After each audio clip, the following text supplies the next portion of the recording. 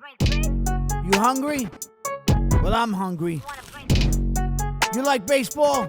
Well, I love that shit. Want a slice of pizza? Go to New York. You want hot weather? Come to LA.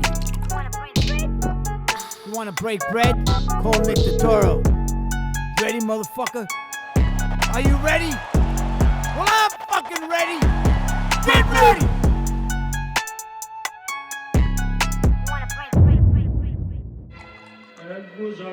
You know this song, Paulie? I'm right. Nice. Napolitan song's always the best. One of my favorite movies. I was in the game playing bankers and brokers. All of a sudden, some kid walks in, yells that the bulls are coming, the cops are coming. So I grab all the money, I go outside, it was like this, like a box. Bing, so I had to go back in. Not to only go back in, but this kid says it was a false alarm. Could you imagine that? I wanted to kill this kid. I wanted to kill this fucking kid. All right, welcome to the show. La Femina. I thought it would be very appropriate. Little Mean Streets, a la Robert De Niro. Mean Streets, man. Very special guest, good friend, a guy that I've gotten to know the last few years. I feel like I know him longer than that because he's a real Italian. We go back to the neighborhood days. Paulie Malignaggi. What's up? Hello. What's up, buddy? What's up, buddy? How you feeling? You know, in Italy we don't toast with water, but we're in America. That's so right. But you're training. Yeah. You're training right now. So we can't have you drinking. But we're breaking bread. We are. We got some mortadella. Yeah, I know you don't want to eat a big meal, so I thought, put together in the deposit. How is it good? Yeah, because you know what it is, Nick. For my fight, the hardest part about making the fight is gonna be making weight. You know, because I love to eat. You know, Right. put this in front of me, I love to eat it. But When did you start training? let's say what's now? I'd say the beginning of the month. Beginning of the month? Earlier this month, or no, early April. No, now we're in May already. Now we're in May already. So I'd say, yeah, beginning of April, about a month ago. So about a month. And when's the fight? In June? June 22nd. Yeah. So you got a while, right? Yeah. By the time we get to the fight, I'll be all right. You know. I mean, I'm all right now. We just gotta make weight. Now, you know? do you train any different for this kind of fight than you would for your regular Well, it's a price fight? bare knuckle fight, so we're training a little different because we're doing we're working some days with gloves and some days with no gloves. Because I think if you work with no gloves every day, your hands are not gonna survive till the fight. You know. Yeah. So we're working some days with gloves, some days with no gloves. I have these copper fit gloves on that I'm wearing. It's like supposed to help with circulation in your hands because your hands get sore. You know. So I wear these when I don't work out. Copper fit. Yeah, I saw them. So they're supposed to help with blood circulation. So I I wear didn't them. realize that. I thought he was like a Rocky Balboa thing. Yeah. so you're walking around with the gloves. Well, I think people, that's what they assume, because, you know, the whole Rocky Balboa is a boxer thing, you know? So, but yeah, I looked into them because somebody told me about them, and they kind of feel cozy when my hands are sore after my workouts. So I kind of wear them every day. So even on the days where I'm not wearing where I'm wearing gloves or not wearing gloves, I wear these after my workouts just to keep my hands feeling the right way. You have to make it to the fight in order to fight barehanded, you know. Right. So. But normally, like for a regular fight, when you were fighting, how long would you train? 6 weeks, 8 weeks? Well, it depends. If the fight was a big fight, I'd train even 10 to 12 weeks, you know. 10 to 12? But of course, those were with gloves on, and you know, you have to survive the camp in a different way. You know, I usually, with gloves, if you're fighting with gloves, you're training with bigger gloves in the gym. So your hands are usually going to typically make it to the fight. You know, even when I had bad hand problems, I didn't usually hurt my hands in the gym. I would hurt my hands in the fight when the gloves were smaller. But this particular situation, since you're fighting barehanded, the timing's gonna be a little bit different. So some days we want to work barehanded. Not that we're sparring barehanded, but we're hitting the pads barehanded, or the mitts, as they like to say on the West Coast, or hitting the bag barehanded. Some days we're doing that. So because it's a little bit different timing. When you take the gloves off, things are a lot faster, and the shots are like almost raking you. A lot harder, even partial shots. So you're not getting punched with the I'm bands, not getting but punched with the bands, but you realize when you're hitting the bag, when you're hitting the pads, what your bare hands can do. You know what I'm Right. saying? So you have to kind of acclimate your hands to doing it. But if you're doing it good, I'm telling you, I especially a boxer's combination punching and a boxer's technique in this, I think, can be very devastating. I'll be honest with you. When I'm training every day, I really feel like. Why? Because it's just like twice as faster for a prize It's fighter? a lot faster. I have the same great balance because I'm a professional boxer, so I don't lose my balance when I'm punching. I can defend in a balanced way. Right. I can shoot sharp shots, transition from offense to defense very smoothly. But now with no gloves, my hands are fitting through the crevices. You can't really block my shots the same way. My hands are rapid fire like machine gun, rat-a-tat-tat. The openings are there more because it's harder to block anything you might want to block, be it to the head or to the body. It's the openings are just easier to find than they to find. And I see openings very fast. I react very fast. That was always my bread and butter is, my reaction timing, and just with smaller hands basically, because with no gloves, your hands are smaller. Right. You're gonna fit those shots in where you want to fit them, and they can be much more damaging. I feel, the way I'm punching in the gym, I feel that. So we'll see. We'll see how it plays out. Bare knuckle. So there's nothing. Yeah, it's got to be bare Basically knuckle. Yeah, nothing? it's bare knuckle. So what they'll do is they'll tape from just below the knuckle all the way down to your wrist. So you can protect your wrist, you protect your hands a little bit, but your knuckles have to be bare. So, it takes some getting used to. It does, and we're doing that. We're acclimating the hands. But man, it's gonna be quite an experience when we're fighting for sure. And now you've had problems with your hands your whole career. I had problems in my hands more so early in my career. When I turned pro, my hands I think were not used to. Obviously, the gloves get even smaller, and when you turn pro, professional boxing gloves, they're not that big. How old were you when you turned pro? I was 20 years old. Professional boxing gloves, they're only 8 ounces. So, when you're hitting a skull as opposed to somebody in a headgear, it's almost like a bone-to-bone collision, and there was some getting used to because, in professional boxing we fight a lot more rounds too. We start to work your way up to 10 and 12 round fights, and your hands take a beating, in those small gloves. It's not that much, Even in bare knuckle, people make like, "Oh, you're gonna hurt your hands. How don't you worry about your hands?" The fights are 2-minute rounds. They're 5 or 7 rounds, whatever they are. Like the time goes by. You know what I'm saying? Really fast. Yeah. Not to mention, I think the way I'm punching, the way I'm sharp, I don't think you can only take so many of those shots. If you don't know how to defend yourself, I don't think you're gonna take very many. You know what I'm saying? Right. And I don't think that I really. I mean, And these guys basically in the it's a tough man contest. He's like a they're tough man guy. guys. It was like They're like UFC guys. He's my opponent is an ex-UFC fighter, so we're gonna see how tough he is. Because I don't see anybody being able to take shots barehanded from a professional boxer the way they come at you like a professional boxer. No matter what kind of puncher you feel somebody is, and I wasn't a big puncher in boxing, but when they're coming at you, like I said, like that rat-a-tat-tat, and there's knuckle, and they're hitting you from different angles, and you don't know where they're coming from, and you don't know how they're coming, and you don't know the timing that they're coming with, you're going to start to get gun-shy. You're going to start to, no matter how tough you are, you're going to start to second-guess yourself, and before you know it, you're going to get smoked, So, Right. Now this guy Lobov, he's did you meet him in the McGregor camp? I met him in the McGregor camp, but we didn't really. You guys didn't talk? We didn't talk. No, I mean, after one of the sparring days with McGregor, because the way is the thing about Conor is he's like a two-face, So after one of the days we sparred, everybody was cool, including Conor. Everybody had great work. It was the usual typical stuff from the gym, Right. And that day I remember Lobov came on like, "Yo, great work, man. That was great." So. Meantime, it was the day that I showed up off the plane out of shape. So if they thought that was great work, wait till they see what I do to him in fucking next month after training camp. I'm gonna absolutely turn into ashes. You know what I'm saying? Right. But I remember that day he just said great work and that was it. But then when everything turned, they turned it around and did what they did.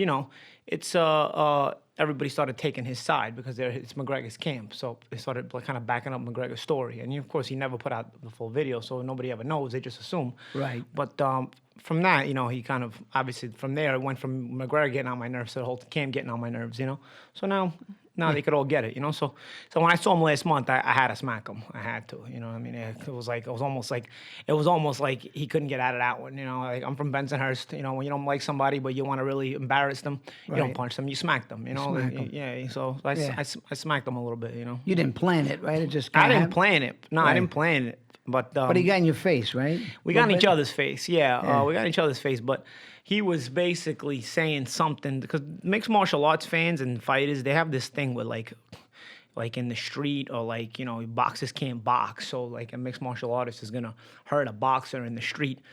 as if like I'm gonna come at you and square off at you like a boxer. Like I'm not just gonna crack you if I want to crack you. You know what I'm saying? Like last time I checked, there's no bell in the street. So you know, I don't have to wait for a bell to hit you. I don't care what kind of karate you know or whatever. If I want to walk up to you and punch you dead in your face because I don't like you, there's no rules against that. You know what I mean? Street fighting is a little different, right? Yeah, it's a little different for everybody, not just for boxers. Everybody makes like the boxers are the only ones with no rules in the street, and they have a problem. Like everybody has a problem in the street. You know, you have to change everything around.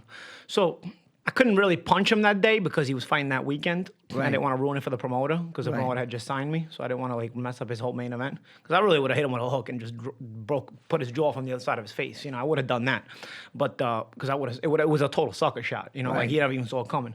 So I would have done that, but because you know I have a relationship with the promoter, I said, you know what? You still want to be a professional, This guy's got on my nerves. Right. I'm just gonna smack him a little bit, you know. Yeah. So he got on my nerves because he said something to the degree of. You gave him more of a smack than Habib did. I mean, Habib just gave him kind of it was like a love tap. It was more of a love tap. Yeah, but Habib was talking to him more. You know what I'm saying? Habib was giving him like, yo, you're a traitor. You know, that was more like a whole Russian. That was a whole I Russian wouldn't thing. understand that. Yeah, because you know, Lobov is Russian and Khabib is Russian, but meantime Lobov is. He's an Irish Russian? Yeah, Lobov is backing the Irish guy, even though he's not Irish. You know what I'm saying? Like, so he's going against the Russian. So that was more like the Russian thing. I wouldn't understand that. I kind of get where Khabib was coming from. I wouldn't understand it, but Lobov had that coming to him too. You know? Yeah. Because you know you stay with your own kind as far as I'm concerned in these you kind of met situations. I have not. A lot of respect for him though. You know, I think he's a man's man. He is. He is. And you know, he goes fans of certain principles, and he won't break them for anything. You know what I'm saying? I respect people like that. You know, and obviously he can fight his ass off.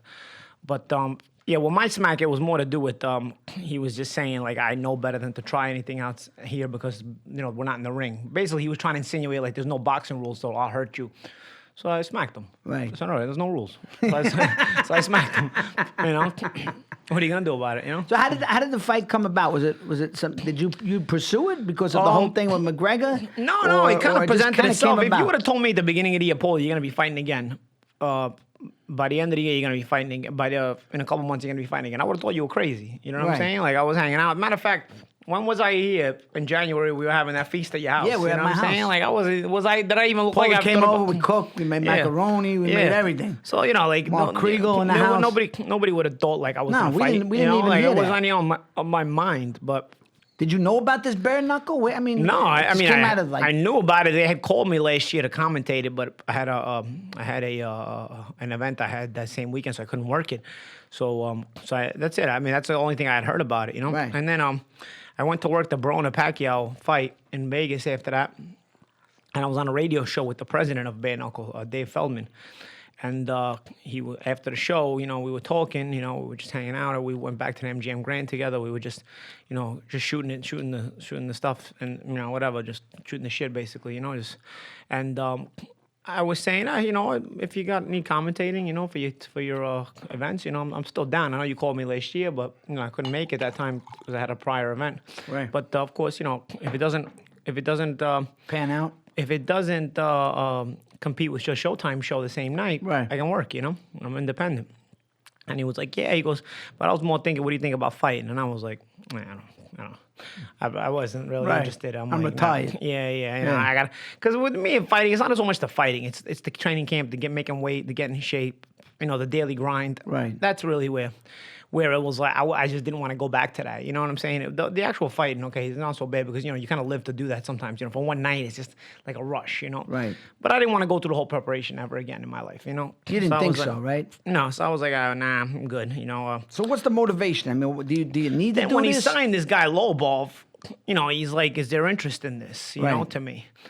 And I said, make me an offer. I said, you know, because I when you give me a chance to beat the shit out of any of that crew, like, I kind of like my antennas raised, you know, you get excited. Yeah, it gets me excited, you know, like because you know, we're doing it under my rules. Like I'll beat the shit out of more than one of them at a time. You know what I'm saying? Like I'll actually fight. I would fight Lobov and Conor the same night and beat the shit out of both of them in this. You'd fight them in the street. In this particular rule set. I could fight them both the same night and beat the shit out of both of them. You'd fight them both, not two at one time. No. But That I could. fight Well, they could Lobov, take each other yeah, in. and We'll then you do it like fight. wrestling. We'll end Yeah. wrestling. They could take each other in if they want, you know. But I screw it. We'll do 2-on-1. Would you do We'll that? do a Would you do handicap. where he could take- We'll do a handicap could match. tap? Yeah, we'll do a handicap match like SummerSlam, you know.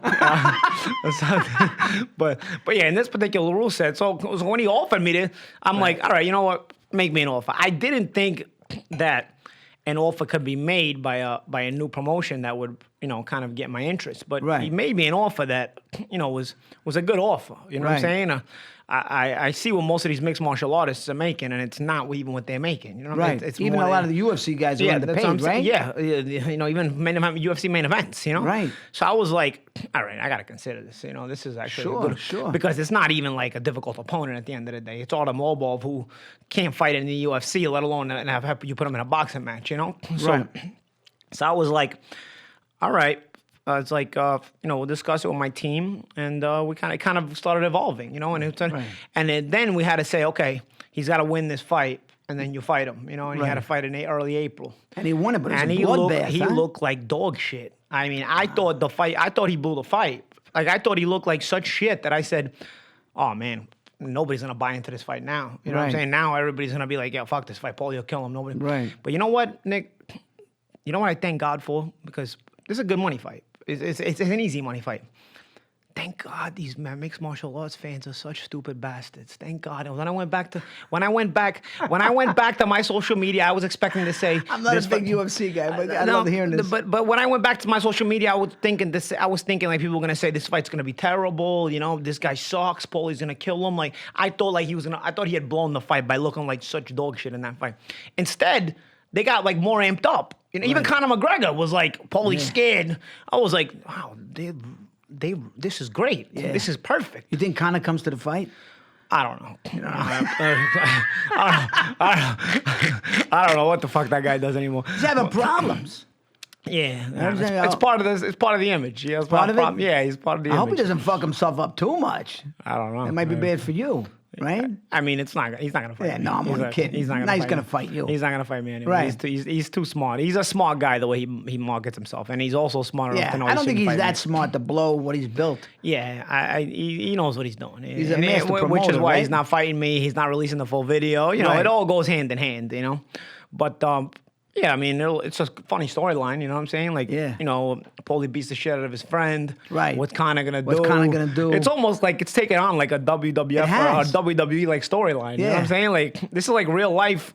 Like a WWE in real life setting, you know, like probably didn't you even beat up know, the like- friend, and then right, like you know what- there's a beef with you two, and then Right. you beat up the friend, and then there's more beef, and you argue a little bit on social media. endless. Yeah. Yeah. And the fans get into it. They pick a Right. favorite. Like it's kind of taking on a life of its own. Like at first it was annoying, but now I feel like I'm in a big drama show. You know what I'm Yeah, saying? Like you Golovkin are. says. You know. So Yeah. so it's kind of funny. So I like to see that people are very opinionated on it.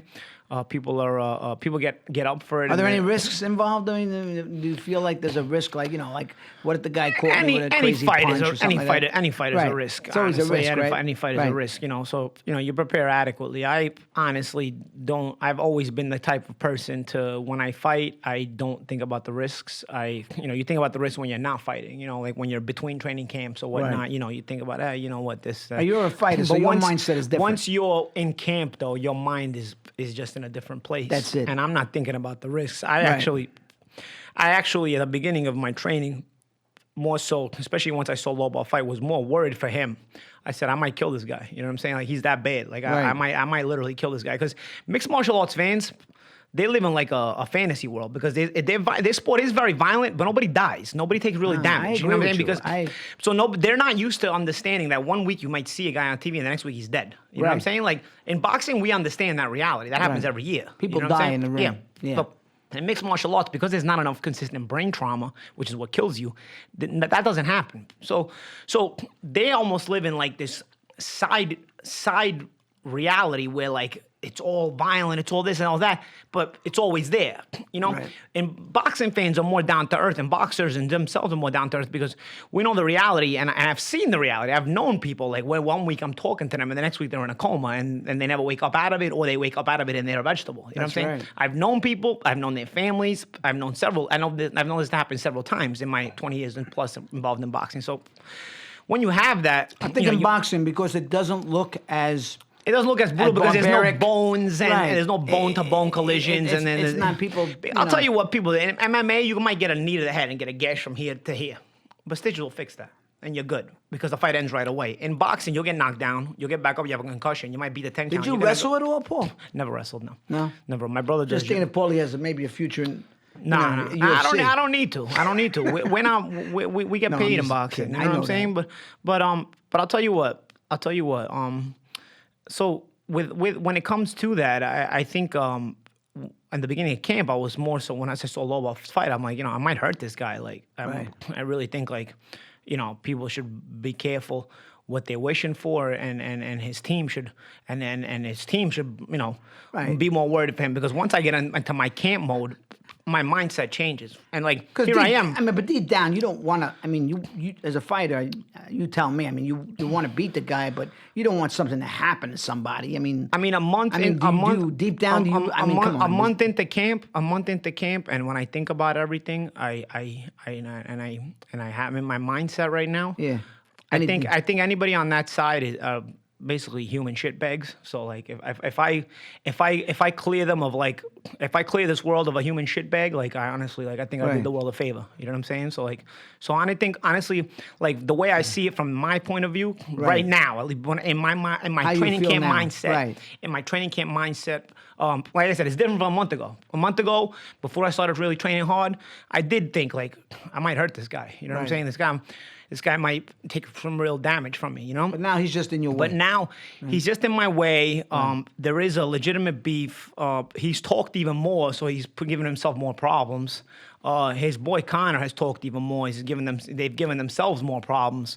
And of course, like I don't like liars anyway. You know what I'm saying? I don't like guys who front and play the poser role. You know what I'm saying? Like, Right. like at the end of the day, you guys know what really happened in that sparring. You guys really know why you didn't release any video except for your 7 seconds of highlights. There's 36 minutes, Nick. 36 fucking minutes there. You know what I'm saying? Like, if you can take any Mayweather fight that you've ever seen in your life, and if you make a 7-second highlight of the opponent, you can make him look like he won too. You know what I'm saying? But let me ask you something. When you went into that, you went into there, obviously, you're a smart guy, but you're going there with your eyes open, but did you think the possibility of No, them... because they set me up through a friend of mine that I had who was Irish in L.A. when I was training in L.A. Years ago. They And reached out to you? And his brother worked for Conor McGREGOR, Small World, of an Irish friend that I had when I was training in L.A. So when I saw, okay, it was a friend of mine's brother who worked for did he McGregor, say? and he reached out to me. And my friend hit me up and said, hey, listen, my brother wants your number, but I don't want to give it to him unless I speak with you first. I was like, all right, man, it's your brother. Yeah, sure, no problem, At this point, my friend was living back in the UK. He had moved back from LA, and I was also living back in New York. I had left LA as well, but this is years later. I had trained in LA in 2012, 2011. So I thought it was harmless because they went through the connection that was my friend, and it was his brother. So, we worked out. We spoke on the phone. We worked out. It was totally normal. You know what I'm saying? When I set it up, I didn't really do it for the money, but I took their first offer they offered me. Like, you get paid to spar, obviously, in this kind of level, this kind of training camp. Right. But I wasn't in great shape, but I thought, I've had many training camps. You're using 3-4 different guys. For a few rounds a day, I can manage, you know what I'm saying? Right. So I was But you're not used to being a sparring partner, right? Yeah, but it was You've like, done it for me, it was like an experience. I was you looking at it figured- like, it's Conor McGregor, Right, it's Mayweather. it's a new thing. It's gonna be cool because I don't really care. Like people like, I thought he would have used you as like a trainer. Yeah, people No, thought like I he's mean, gonna what ask the- you. what I thought ask is you- he would have used yeah, you as like people- sort of your a, minds, your minds. consigliere. But yeah, but I really didn't. I didn't think it would turn out that way. I would never go into a training camp and expect to dictate things from them. You know what I'm saying? Like, it's your training camp. So Right. if you don't want to use my mind. Did he ever talk boxing with you? Like, hey, No, hey, just Paulie, one what do day you the think? trainers, like 2 seconds. Like, Oh, asked me, really? Yeah, that's it. But I would never do that anyway. But I never went into camp expecting that anyway. Right. But I did think like, it'll be interesting. I at the end of the day, he's not on my level. So, even a few rounds a day that I'm doing, it's fine. I can But handle you could that. tell he was like an amateur right away, right? Yeah, absolutely. From the moment you see him shadow box, he's like an amateur. From the moment he walks in the gym, you already know he's a poser. It's like I could have told you this guy had no balls before he started. I'm from Brooklyn, bro.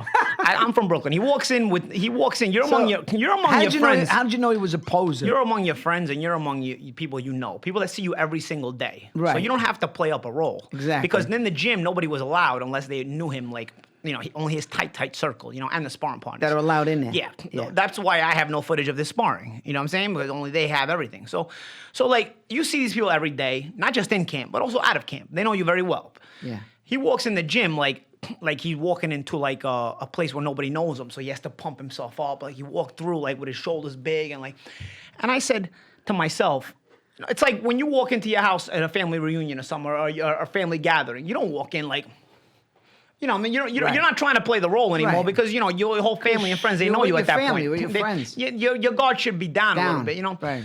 So I looked at this guy and I said, wow, this guy's got no balls. Like I said, this guy's playing a front, like in front of his own guys. In front of his own people. Everybody knows him and he's trying to play a tough guy instead of just relaxing and like trying to be cool. You know what I'm saying? Right. And then he came up to me and he shook my hand like, hey, yo. But it was still like Was an like act. he's playing like he's got to be like on guard. Like, and I'm like, forget about not having no balls. This guy's just a weirdo. Like, Right. who does that? Like, I don't walk into my own house and my friends and family like a tough guy. I walk into the fight like a tough guy. It's different. Yeah. But like, especially when you've been doing this for a lot of years, you have Right. you have that. You know how to compartmentalize your mentalities. You know So what you I'm saying? already were getting an idea of what this. So even before he started quitting, because afterwards, I said he had no balls in 2017, and he already quit you once. said that before he. Yeah.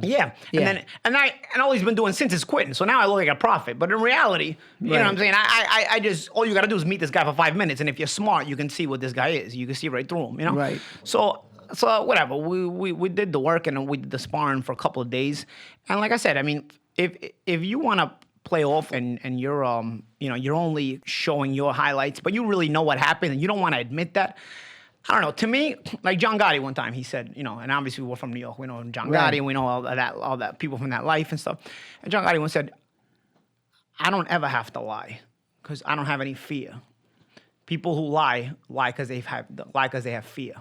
So why are you lying about the sparring, bro? Like, I'm telling you, Nick, I didn't beat the piss out of him. I wasn't in good enough shape to beat the piss out of him. If I was in good enough shape, I would have beat the piss out of him because I would have had the energy to beat the piss out of him for 12 rounds, and he probably wouldn't have won 12 rounds. But because I wasn't in great shape, I had to kind of get through it. not get through it because I got the better of it. We had some good moments for each of us. Honestly, had some good moments. Right. But at the end of the day, I had to go on cruise control because I gotta go 12, and I'm not in shape to go 12. He's 3 weeks from the Mayweather fight. I'm not. I'm 4 months from any kind of training at all. You know what I'm saying? So. But you know what kind of sparring we really had. Like, and at the end of the day, like, you should be ashamed of yourself that you made me go 12 rounds, and you didn't think I probably would go 12 rounds. So that's what he really wanted. He wanted me to go 12 rounds so that I couldn't go to 12 rounds, and then he could tell people he stopped me in the gym. Oh, but when I he see. realized, shit, this guy won 12 rounds and put hands on me, now he had to figure something out to do. What was he gonna do? So what does he do? He has to figure out a couple of highlights that he has. He takes his only highlights that he has, and he makes a video because his plan A didn't work. But again, going back to the quote I just said, me, myself, too. I don't need to lie, bro. I don't fear anybody. I'll tell it to you straight, and I've always told it to you straight. I've always told anybody straight whether they want to hear it or not. Right. I don't have to fear you. Whether the truth is the truth. But what are you lying about? What are you scared of? Yeah. So, people should realize these things if they have any common sense, but we're not in a generation that has much common sense left, But I think the smart people know. They can see between Yeah, the the lines. smart people have figured it out. They Yeah, know. because a lot of people come up to me and they know the deal. But of course now it brought up there's a whole backstory. There's a whole situation with Lobov now with the fight, Right. and so it's a big promotion. You know what I'm saying? So Yeah. so while it was annoying at first, I'll be honest with you. Now it just is dropping a bag of money onto my lap. You know, and to beat the shit out of a guy who's basically worse than a sparring partner. You know what I'm saying? So in the end, I'm thinking to myself, wow, Maybe this kind of worked itself out. worked Even if I out. don't fight Conor. Right, even if you don't fight him. Because I don't think he's going to fight me. But to be honest with you, even this kind of money, it's not Conor money, but Right. it's good money. You know what I'm It's saying? good money. Especially for a very, very easy No, I fight. understand. It's going to be So- one of the easiest fights of my career. Oh, man. So, you get something like that. If I got an offer or a payday to do a movie and you go, well, how do you say no to this? You know what I mean? and that was what it was. And you go, yeah, this is a win-win. So, Yeah. the McGREGOR stuff, even for all the bullshit, has kind of paid off a little bit. Yeah, it's a win-win because Right. every punch I sink into this guy, I'm gonna enjoy it thoroughly, and plus I'm gonna get paid for it too. You're gonna get paid I'm nicely. paid well, so it's good. So that's a good thing. What do you fight now? What weight? 155. You know, the highest I've ever fought is 147. So Right. it's. What do you walk around now? I mean, I was coming down for 180 or so. You know what I'm Yeah. saying? Yeah. Like people had seen, you know, I was heavier, but my weight's coming down now. You were a natural welterweight or a lightweight? I turned pro at lightweight, you know, Right. but I didn't last long at lightweight. Maybe a year. 'Cause I was still 20 years old. My body was filling out. I was at the majority of my career. I was a light welterweight, and that's when I won my first world title. And then I moved up to welterweight, and I won a welterweight title. You know, and but I did feel kind of undersized at welterweight. So at 155, you know, it hasn't been a weight that I fought at before, but I just think there's just miles and miles of difference in skill set with me and Lobov. No doubt. I mean, it doesn't even matter. Anybody man. that You know what I mean? knows boxing So this realizes that, you know, you're going to be the skillful guy. Yeah. We're just, you know, you just worry about, like, you know, a guy throws a roundhouse or he throws some stupid punch, you know. Hopefully you don't get, That's all you he's know. going to throw stupid Right. punches. He But can't I throw mean, anything smart. Exactly. So it's not like I expect a tactical fight. Right. Don't get me wrong. I mean, What are they?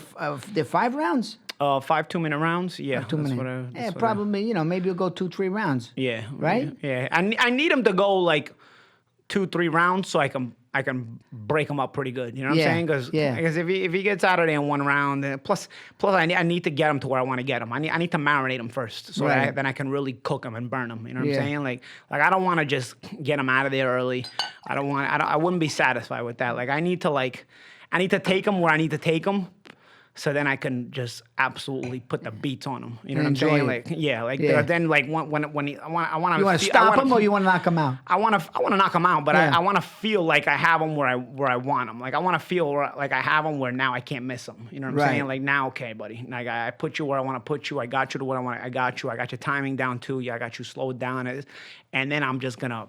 I'm gonna rearrange his whole face, bro. At that point, I'm gonna rearrange. He's gonna need a plastic surgeon to recognize it. I'm telling So is you, this that's a what I'm gonna one-shot do. deal or do you see doing more?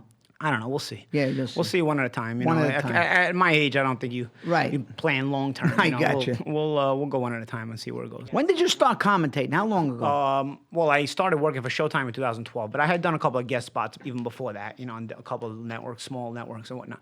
But I got my Showtime contract in 2012, and I've been working with Showtime since 2012. Did you think you were going to have a knack for this?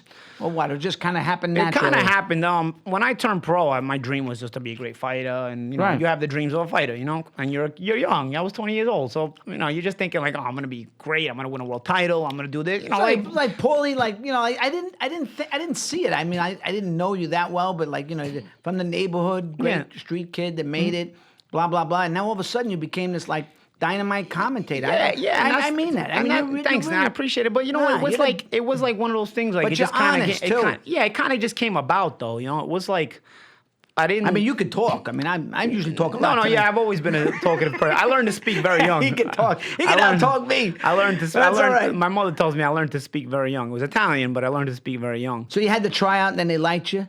Yeah, And it then- wasn't even so I mean, much not a even tryout. It was. How did that come about? We were talking to Ken Hirschman for my first title defense. Ken Hirschman was running Showtime Sports at the time. In 2000 or late 2007, I just won the world title, the light welterweight world title. I won the title on HBO, but we were talking to Showtime about trying to give us a date. And in the meantime, while we were at that meeting, he said, you know, Paulie's great on the mic. You know, you should really look into him for commentating. At the time, Showtime had Antonio Tarver, and he's great. Antonio was very good. Yeah, Antonio Tarver, I remember him. Wasn't bad. So that was even something to talk about. And it was just my promoter put it out there. Right. And Hirschman says, you know, people think this is easy just because they speak well, but you know, you got to go to broadcasting school. Bro, I didn't even care what Hirschman was saying. Like, I didn't ask for the job. My promoter just tried to do me the favor.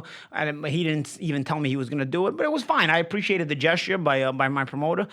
But you know, I didn't care that Hirschman didn't see it the same way. I didn't Right. care that Hirschman was Didn't like bother you. Yeah, then because I was looking for the date for my title defense, bro. I want to defend my title. Like that's what I'm here for. Right. Like I want to. You weren't asking to go into I'm a broadcasting. world champion right Right. now, and I don't care about this broadcasting conversation. You know.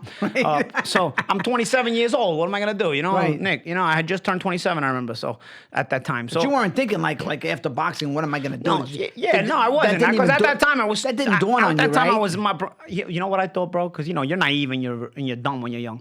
I thought I was gonna make so much money as a champion, it was gonna last me in my investments, and For a I was gonna lifetime. be good. Yeah. That's what I just assumed that, you know? So when Hirschman says that, I'm like, yeah. Okay, well, what about this date? And that's it. And the conversation died right there. So by the time 2012 comes around, Antonio Tarver fails a steroid test and he gets fired because Antonio was very good. Nobody's getting rid of Antonio Tarver. He was good. He fails a steroid test and then he's got to be replaced, and Showtime's looking for a replacement, but they're not telling you they're looking for a replacement. What they were doing was every week they were having a guest guest commentator, guys coming in, ex-fighters. But in reality, it was a test. An audition. It was an audition. Yeah. You just didn't know it. It was like the Regis and Kathy Lee. Every week they have a different guy. I didn't think they'd call me. I don't even think they'd think about why don't they call me? You didn't think they would call you? I'm a world champion, and I'm thinking about defending titles at the time. Right. It just But you got the happens to call? be- You got the call? I got the call. I was in the LA, fight? What was the and I fight? remember it was Canelo Alvarez versus Josecito Lopez, and it was the first Canelo fight Showtime had with Canelo on a 4-fight deal, I think it was. So what happens? They call my manager. My manager hits me up and say, "Hey, listen, they want to they wanted you to be the guest guy this weekend." He didn't know it was an audition either. Nobody was an audition. It's a guest spot. So I was like, "Oh man, I get to go to the Canelo fight this weekend. It's a 40-minute flight from And LA." then you can become a regular on a TV show. But I didn't think about being a regular because No, I didn't think. but I didn't, that's why. That's I why. was so naive to everything. Yeah, Nick. but that's It's crazy. better. It's better that you were that way. Yes, I was Because totally. if you wanted it or was sniffing it, it might have not happened. You don't Yes, know. exactly. I'm You're just 100% saying, it right. might You're have not 100% right. I would have probably overthought it. You're right. I'm just saying. Yeah, and I'm throwing things because as a I performer, think you know? I wouldn't change the way it happened because it came out perfectly. You know what I'm Right. saying? So like I'm in camp and I'm making weight and I'm kind of miserable and I got a title defense literally the next month. You know, so I was like, yeah, sure, let's do it. You know, so I went over there and Did the fight? I did the fight with the guys. You know, it was a great crew at the time. Brian Kenny was there. Al Bernstein. It was Gets on my nerves. it was Al Bernstein. It was because Brian's at the Zone now, right? Yeah. It was Al got the hair, Bernstein. I It don't was know. Morrow, and he's a big baseball guy. Brian. Yeah, he thinks he knows everything. Brian's a big baseball I guy. like to go Brian at it and with him. you I should like to have. go at it with You him. should have Brian on Oh, I here. wanna 'Cause go at Brian it would with him. debate baseball. I want wanna to do baseball with him, in the 'cause I'll face. blow him away. Brian is a big baseball I know, guy. he thinks he knows Yep. his shit. He's an analytics guy. I want to Yeah. bring that fucking The guy in numbers here. guy, yep. I want him. I want him bad. So I won't hit you, Brian. Don't worry. I just want to go out of baseball with you. We do the broadcast and we go off the air and I'm thinking, oh, that was cool, you know, everything. And I'll never forget, the whole team came out of the production truck. They came into the arena. Right. And I was like, that was fun, thanks. You know, like, I was like, all right, Right, I'm going to but go back to what LA did and I'm they going to say- finish what did they training. say to you? Instead, they said, so when are you going to stop boxing and come work for us? That's what they said to you? Yeah, that was the first thing they said. I remember. Wow. I was like, well, I'm a world champ, so I'm not going to stop boxing. I'm not going to just leave a world title on the table. Did they call your agent? But I said, call your they called rep? my manager, yeah, at the time, you know, it was like, What'd they say? what do you do, you know? And they called me, and that was it. You know, I No, just but that's got- a I had great the- feeling. I had the job You know on what the I mean? spot, and I've had the Yeah. job ever since. So that's a great I have story. to, you know, it's a big also credit to Steven Espinosa because he, you know, But they saw something in you. people can always talk about, Paulie, you will be good at this. Just like they said it for years before that. Somebody's got to give you a chance. Somebody's got to too. give you a chance, and it's funny because But you gotta both produce, Showtime too. and HBO had people running their sports departments that had opportunities to hire me before Showtime came back and hired me, and both of those people did not hire me. You know And what I even mean? before, and I'm not just So telling you, it was- before I it knew you was and became Kenner- friends it was- with you, I said, this guy he's entertaining. Not only entertaining, he's real and he's not a big mouth. But it was just something that you translated, you know, you registered, and people that are smart could tell this guy, you know, he can call a fight, and he's not like a bullshit artist. Yeah, because Yeah. at the end of the day, like I always looked at my fighting career and my broadcasting career once I got it as like two different things. Don't ever bring your own fighting career into play unless it's absolutely like the most obvious connection. And you didn't do that. And I never do that. Because, like, as a fighter, you once were in a more- while I will mention something you were about more my fights flamboyant, because right? the You were more fighter, flashy. Yeah, I was And very as a flashy. broadcaster, you like. Yeah, no, I kinda totally- toned it down a little yeah, bit. because I know the difference, bro. You know, Yeah. you have to know when to turn it on and off. You know what I'm Right. saying? So it's like, as a fighter, you have to be this person. How long you doing the broadcasting? I mean, it's 6.5 years now. It's great, with good run. With Showtime, yeah. I've No, been and with it's gonna, Showtime you know, it 6.5 should years. keep going because you know you're if not the best, one of the best in the business. Yeah, no, it's been fun, and again, I credit my bosses, Steven Espinosa, David Dinkins, Gordon Hall, because you know they gave me the chances. And honestly, there was a couple of times where I gave them a few headaches. You know, the Broner Broner thing. promotion, you know, and then Getting in the ring. and then getting the beef with McGREGOR, Acting a little wacky with that. Yeah, and then Social media. Yeah, you know, there's been times. times where they've had I'm to be trying to patient. learn that myself. Yeah, there's been times where they've had to be patient with me, and maybe another. But they stand behind you, which is good, right? Have been patient. Yeah, if they stand behind I mean, me. they ever tell you to calm down, Paulie? Of course, they'll tell me like, yo, cool Paulie, it a you little can't be bit. beefing with the fighters that we're Right. gonna have on. You don't want to talk politics. Yeah, of course. Too 'cause much they have, yeah, no, religion. well, you just don't want to. You don't want to alienate people. Right. You don't want to alienate people. Right. It's good to be opinionated, but you Yeah. don't want to be I- hated by everybody. I think there's a time to be opinionated on certain platforms, and you have to know the platform to be opinionated on. Right. I don't think opinions are like assholes. Everybody's got one. So then ultimately, that's good. Ultimately, they're not that important. Yeah, not everybody's going to love you. Well, and I think that. But then there are some people that are behind you in your career. I have a good life right now. I can pay my bills. I have some money. I wouldn't say I'm like, Conor McGREGOR rich or Floyd Mayweather rich, don't have but to I'm be that rich. But I'm very comfortable, and I have a life that I never would have thought possible when I was a teenager, getting in trouble and dropping out of school, getting expelled, and wondering where I'm gonna go. So Look where you came from and look where you went. I know the neighborhood I grew up in. You know what I'm saying? Yeah. I know how things were in New York in those days. So it's Right. I feel fortunate and happy that I'm at where I'm at, and if I put too much pressure on myself, I'm not gonna be happy anymore. So No, that's you how I shouldn't. look at it. Keep doing what you're doing. It's a win. Yeah. What about Deontay Wilder? Got a big fight coming up. What do you think about this fight? Deontay and Breazeale is a good fight, man. It's You like it? It's a good fight. Obviously Deontay's a favorite for a reason. He seems to be the guy with the gunshot power, Right. and also the guy that steps up to the plate when the moment is big. Breazeale already had his title fight with Joshua, and he fought tough, but he came up short. Yeah. Deontay has been tested. He's been in with some good fighters, and he's shown with him his mettle, and he's shown his determination, and he's shown his skill. So obviously you favor Deontay, but I do like that Breazeale is not just the kind of guy that gives it to you either. I do like Breazeale. What he showed me in the Joshua fight, and he showed me in some other fights, is he comes with it. You know what I'm saying? He brings it, and whether you're gonna beat him or not, you're gonna have a night's work. He's gonna come to fight. He's gonna come to punch you in the face, and he's gonna come to try to do some damage on himself. He may not have all the tools to maybe get by, but he's gonna come to fight, and you're not gonna have. At the end of the fight, I'll put it to you like this: at the end of the fight, you're gonna know you were in a fight. Joshua put a beating on him, but he had to work. And Breazeale was there the whole time. And when a guy stands up to you and is that massive and that big, especially in the heavyweight division, it's always a threat in your mind. There's always a stress on your mind, and that guy's still there, and he can be hurting you. You know what I'm saying? Right. So I do like this fight in that way, but Breazeale's not going to go away. People say, people are always going to be unhappy in the heavyweight division unless they see Wilder, Joshua, and Fury get in the ring with each other. Unless any of those three guys are in the ring again at the same time against each other, there's always going to be a complaint about the matchup. Sure. People are always going to complain somewhere. So you can't make everybody happy. But I think when you have the rest of the matchups possibly to be made, I don't have a complaint about this fight. It's a good fight. Yeah, sure, we could have had Wilder and Fury, but Fury went and got his own TV contract, and maybe he deserved it. Yeah, sure. But at the end of the day, Wilder and Breazeale's not a bad fight. I don't think Joshua and Ruiz is a bad fight either. Even though Ruiz is a little bit undersized, he comes to fight. And you know what? Fury with shorts. It's his first fight at ESPN. Yeah. And we'll let him So when do we slide. get Wilder and Joshua? Is that going to happen? Every time they win a fight, there's always that heat that builds up, right? And Yeah. people start talking and everything. But there's But unfortunately, the public wants to fight. the It's public like wants to years fight. ago. I think even the fighters want to fight, Nick. mean, It's just the why can't they networks. do It's that hard today? Why it's can't hard. they- It's hard for the networks to work together. It's you got now that they have all separate TV contracts, you have to come to some kind of a deal and some kind of an agreement. I don't think it's just the fighters that have to come to an agreement. It's the networks. You had fights where they worked together. Mayweather Pacquiao. I remember we worked with that HBO. took a long time. Tyson and Lennox Lewis. The both networks work together. Showtime and HBO. It can happen.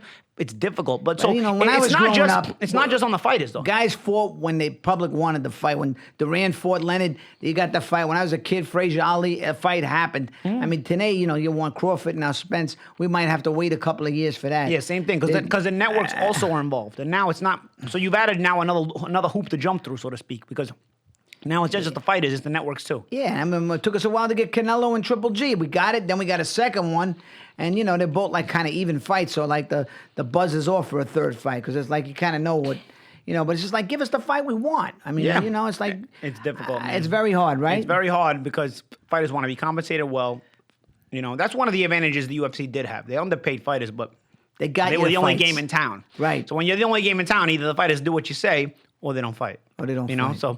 so that was one advantage for the fans. But for the fighters, they get taken advantage of. You know, these guys weren't compensating them well. They still don't compensate them well, you know?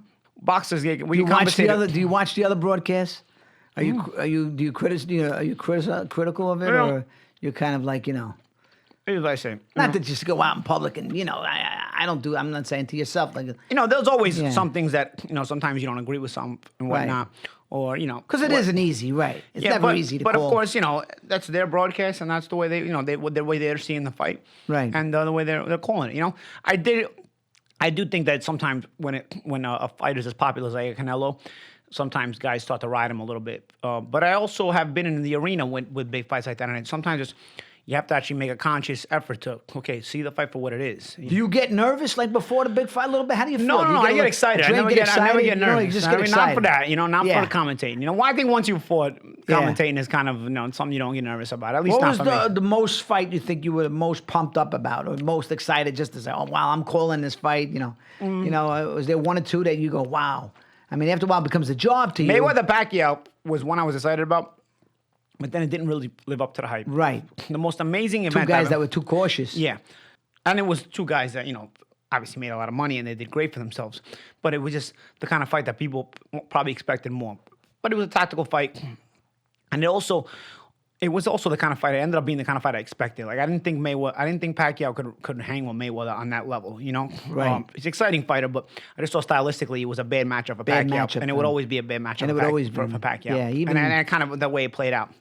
But I think the fight that, when I got there and I realized it was big. I mean, everyone knew it was a big fight, but then I got there and it was like, wow, this is really getting a lot of hype. I was in England for Joshua versus Klitschko.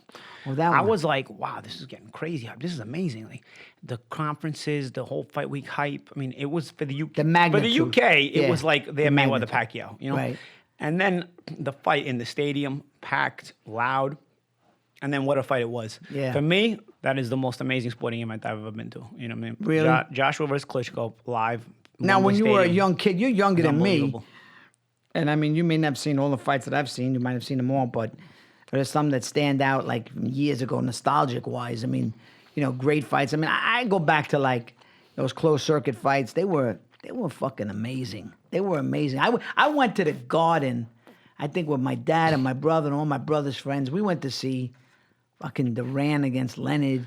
It was like insane. Yeah. It was insane. Then my brother went to see Duran fight Davey Moore. Me and my dad, Garden, we almost got sandwiched. We couldn't get a ticket. We almost got stampeded. Yeah. And I mean, those were like different days. Yeah. And I'll tell you. they were different type of fighters. You always have like nostalgia. I love Duran. He's one of my favorite fighters. Yeah, you always have of all nostalgia, time. I think, to the generation you That I grew up in. Yeah. You know what I mean? I think that happens with fight fans especially. Yeah, and I probably, you know, I always tell my son that, you know, I think Duran. there's very great fighters in every generation. Yeah, It's just, yeah. and people always gonna have their. You're always favorites gonna have because that the argument, fighters right? because the fighters from their generation make them feel young. You know, that was when Right. you were young. That was the That's glory right. days. You know, that was your glory days. That was your days. You feel like the sports in those days Right. were amazing and Watching whatnot. baseball in those days, watching and way even back, it was even different. me when I'm a kid, the same Right. thing. I find myself being that old guy sometimes and be like, nah, you know, this guy's better and this guy whatnot. And then you're like thinking, Right. you know, It's like in basketball. I've seen a lot of people. I get into the Jordan LeBron argument now, I get it. and then sometimes I stop get and in? think, am I the guy who when Jordan was playing and people used to tell me Wilt Chamberlain was better or something, that I would argue with them and be like, oh, they're just old. But there's am always I somebody that before. guy now No. that I'm saying Jordan because LeBron's around? Like, I don't know. You know, it's weird. I So don't- everybody always feels like their generation is the better generation. You know, I think you're right about that. But I do think that excellent athletes show up in every generation. You know, and Right. and there's always nostalgia that brings it. I'll tell you, nostalgia. I have the first fight I ever remember and obviously I was alive during all the fights, but I can remember like starting to actually follow boxing. I remember I was living with my grandma. It was summer of 1988, and I remember the NBA finals were going on. I remember my uncle watching Lakers Pistons that week and all that stuff. And I And let me tell you, was it a middleweight fight? Was it a lightweight fight? No, it was Tyson versus Spinks. And I Okay. remember one night turning on the TV and this highlight show of Tyson versus Spinks is on, you know, and they're going to fight. Right. So I just sit down and start watching, and I'm amazed. And they have this analyst, and the guy who's with the analyst, I didn't know who he was. Now I know it's Larry Holmes. You know, Larry Holmes had fought both of them. Right. So he was a good analyst to have there. And they're going over the highlight packages of Tyson and Spinks, going over this fight, hyping it up. And I'm just like, and it's going to be tonight. So I'm like, wow, this is amazing. Like, I'm a 7-year-old kid, and I just got sucked right into this fight. And I'm like, wow, this is amazing. Oh, my God. Get super pumped for it. Sure. Only to find that at the end it's not on. It's going to be on closed circuit, a pay-per-view, whatever. Oh, and, wow. My grandparents are guineas. They're not ordering fights. You know what I'm saying? So I'm like, what am I doing over here? Like, I'm like, man, I was like, that's horrible. Like, I felt like such a tease. It was like the best thing ever. And I thought, like, and I had heard who Mike Tyson was. So I'm like, wow, this guy Spinks might beat him. Like, he's undefeated and he's so good. And Right. Well, he was a light heavyweight. Yeah. I had no idea about anything. I'm 7 years old, 7.5 years old. I remember the next morning, my grandfather gets up and he's got to go to the barber on 18th Avenue, okay, which is where all the Italians are, all the cafes are. And he had the barber. So he takes me, I go, hold my grandfather's hand, and we walk to 18th Avenue, a few blocks away. I remember the barber shop is there, guys are talking, and Sicilian, all this stuff. I remember all the newspapers are there, the Italian papers, the American papers. And I pick up the Daily News, the back page is Spinks on the canvas. And it says like something to the degree of Tyson blows out Spinks in 89 seconds, something like that. 90 seconds, yeah. And I was like, Yeah. whoa, that's the fight. Whoa, I was like just blown away. Like, wow. And it was the back page of the Daily News too, which boxing never gets that anymore, you know? And I was just like, well, there's no Daily News. I mean, now it's gone. I was like, whoa. I was like, whoa. I was like, I couldn't, I was just, and I remember like, that's my first boxing memory. I didn't even get to watch the fight. Wow. but I remember like that highlight show, it still like plays on me. You I know remember what the I'm saying? night that Tyson got knocked out by, I was a doorman on Central Park South, and I was, After that, I remember them all too. he got knocked out by Buster Douglas. I think I'd heard, because, we thought he was invincible, and then I think I was fucking around with somebody that night, and I don't know what happened. Yeah. Anyway, I heard, Tyson got knocked out. I was like, huh? Like, I couldn't believe it. Like, you're like in disbelief. Nah, who's Buster Douglas? Yeah. Like, we didn't even know who Buster Douglas was. By that point, my grandfather was watering the fights because my uncles were getting older. My uncles are my mom's younger brothers. Well, when I was a kid, you had that wide world of sports. You had fights on Saturday afternoon. Yeah. Howard I've Cosell. seen the tapes, yeah. One day I came home, my dad was on the ground because he's from Bari. He was screaming at the fucking Antifermo fighting Hagler. Yeah, he was from I Bari. think he fought to a draw, or maybe he had a head like Antifermo. Yeah. He didn't hit hard, but he was strong. Yeah, he was rugged. And, he was a tough guy, he Vito. broke I you got down. to meet him. He's Yeah. buddies. Yep, he is. So Buddy's had some good fighters. Some man. good fighters. Some good my fighters. dad used to box a little amateur, and he loved boxing. Everybody liked to be near him. Whatever. I'd love to introduce if my dad was alive. Like, I got to know Boom Boom, and got to know. He would have loved to admit, like, my father was like, people just wanted to be near him. Yeah. He could have been like a commentator He had with a you. magnetizing He was so personality. fucking Some people are electric. magnetizing, Yeah, yeah. he just, you had to just see him. He was completely great to- naked. yeah, it's He great didn't to even have- know how. How to hide it. No, he didn't even know how funny. Like, even my brother's wife one time told me, he goes, you know who I was fascinated by? And I said, who? She said, your father. And she said he was really fascinating. I go, I know, because he was like, he wasn't trying to impress you. That's great. I love was that when just they're natural fucking- like that. he was- People like that are so magnetizing. You Oh, these they guys draw are people bigger to than them. life. They have Yep. great faces. I mean, Yep. I'm just a cheap replica. I tell my son, you're even a cheaper replica. I mean, a fucking Well, a more- copy you're- of a copy of a you're copy. just a copy. I'm Nick Turturro Jr. You're Nick Turturro the third. My dad used to get mad. He'd get the mail and he'd be like, are you junior or senior? I'd say, I'm junior. He'd go, well, put junior. You're junior, right? I said, right. I'm senior. You're junior. I said, okay. And say it over and over. And you're He not would telling them what to fucking do. repeat it Those old schoolers are setting 100 their times. ways. Yeah. Make sure you put junior. Say, okay, because I'm senior. And I'd be laughing inside because he was just so funny. It was just fun to be around him. But, you don't make guys like that anymore. nah, Yeah, you're not a baseball fan that much. I bully a little bit. I grew up watching baseball. Are you a but Met fan or I grew- Yankee fan? Oh, Yankee fan. I grew up watching. I used to watch a lot of baseball as a kid. As a kid? Yeah, as a kid, and then I got older. Like sports, like they started changing rules. I started getting turned off on a lot of sports. I remember I got turned off of the NFL when they started changing the tackling rules. And Yeah. now everybody breaks every offensive record that existed, even though the plays that set them 100 times better than the plays that are setting them now.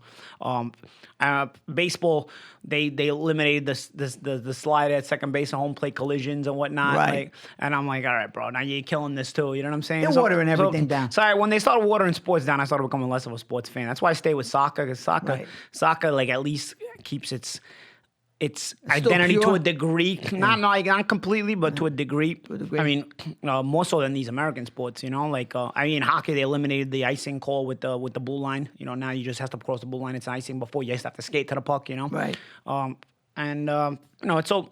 When they had all these things, I kind of started like dwindling away from sports because I didn't like that. You're causing more points to be scored, even in basketball. The hand check was taken away. But you're a good soccer player, right? I'm okay. I was always just a good athlete in general, but I followed all the sports until they started changing these rules. When they started changing the rules, I follow them like mildly now. You know what I'm saying? Like I'll keep up with the Yankees score, like maybe like after the All-Star break more. You know what I'm saying? It's a long season. But I remember when I was a kid, I remember like the '95 season. I remember I remember thinking like I think I watched like every Yankees game. You know what I'm saying? Like because '94 had been a strike year. Yep. And '93, we had lost the pennant. We had lost the AL East to the Blue Jays by like a few games. We were in the race all the way to September. They were coming so I'm back, thinking like, man, and the Blue Jays won the World Series. They were just too damn good. '94, they would have won the division. So '94, they were winning the division, and they go on the strike. It was the Yankees and the Expos. That's right. So I'm thinking like, man, like okay. So '95, I was kind of pumped up for the season. I remember like thinking I watched like every game. I was on it like every game. My mother would send me to sleep on school nights. I'd put on WABC on the radio with John Sterling and I had a clock radio in my room. And I put under my pillow. Radio, I know. And I put under my pillow and I listened to the Yankee game as I went to sleep. And because you appreciated it. Yeah. There's nothing like baseball in the radio. And plus the Yankees, in my life at that time, hadn't won anything. You know what I mean? Not Before that, we hadn't won it since '77. Since 78. So I'm finally seeing a good Yankees team because you have to understand when I came from Italy and my uncles. 17, 18 years. Yeah, the Yankees were horrible, So they're getting good, and '95 they're riding. They had the heartbreaking loss to the Mariners. Yo, bro.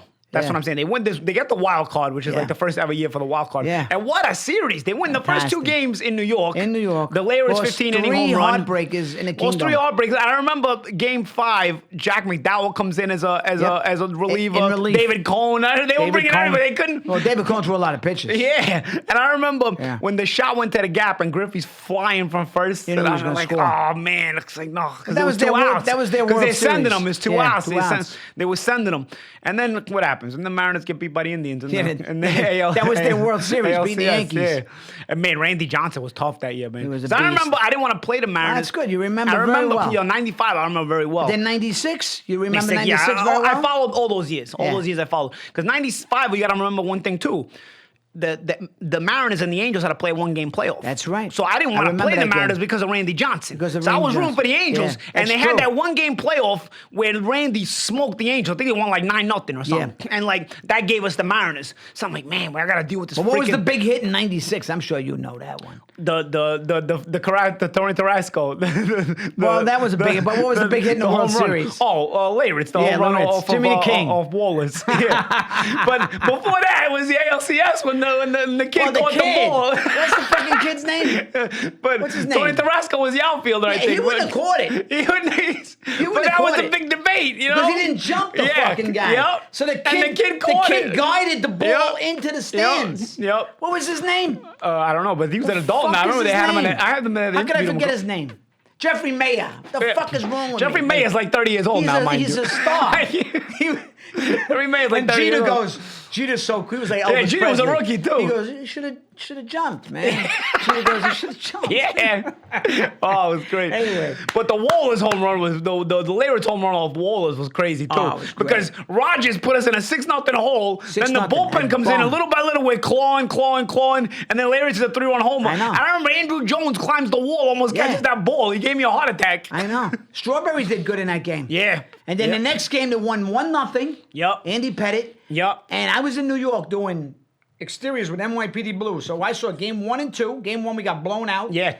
And the game 1 was 12-1, and game 2 was 4-0. 4-0. Yep. Wow. Great memory. And then 3, 4, and 5, I watched in the Regency. And we clawed them all out. We clawed all of them out. You're like, man, I can't believe we won 3 in a row. And by the end of the week, I had no voice. I was like that. And even games, I was filming on Friday. And even what are you saying? And I go, nothing's coming out. And even game 6, Welland gives up a run in the 9th inning. Welland gave up a run in the 9th inning. So you're like, oh man, they're gonna blow it. Like Welland was a good closer, but he wasn't Rivera. You know what I mean? Fucking cops took me on the field. They took me in the locker room. I was surreal. I was like, because I was on NYPD Blue, and I was like, this kid. I'm like, it was like a dream for me. Like you like your dreams. And I was like, wow, how the fuck did I get? Because I'd done commercials with Boggs and these guys, and they were like, yeah, yeah, bring him on the field. I was like, I couldn't believe it. My mother was there, my wife. Yeah, I was running the streets of Benson after we won the Oh World my Series. God. I was going crazy. That was a great time in my life. Yeah. NYPD Blue, and that was my wife. Fuck, man, I'm on the series. The Yankees went to work. My life is over after that. That's it. Like that was like the best year of my life.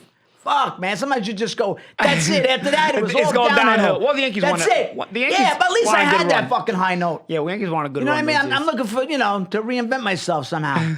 Got that next fucking feeling again. Thanks It's a lot harder for to doing get this. those. It was a great show. Thanks, guys. All right, man. Thank you, Paulie. All right.